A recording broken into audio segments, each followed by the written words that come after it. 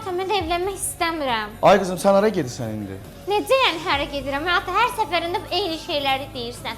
Mənim gəzmək vaxtımdır, mən uşaq deyiləm mən. Ay qızım, elçi demişəm, elçi gəlir, adam gəlir evə. Mən gör nə boydayam, sən mən boyda oğlan tapa bilməyəcəksən, ata, bəsdir artıq. Ay qızım, mən sənə layiq oğlan tapmışam. Az get o padurqalarımla ora, bura gəzməyə. Gəl buna bax, gör nə yaraşıqlı oğlandır. Özdə gözəldə işi də var, maşını da var, pulu da var. Nə istəyirsən? Bəsdir, mənim təzyiqim qalxır. Arvad, mən təzyiq dərmanımı gətir. Özünə sərf eləyən bir şey, o dəqiqə təzyiqim qalxdı, təzyiqim qalxdı. Mən gedirəm məfşid padurqam giləyə. Arvad, oradan qapını bağla, buraxma onu.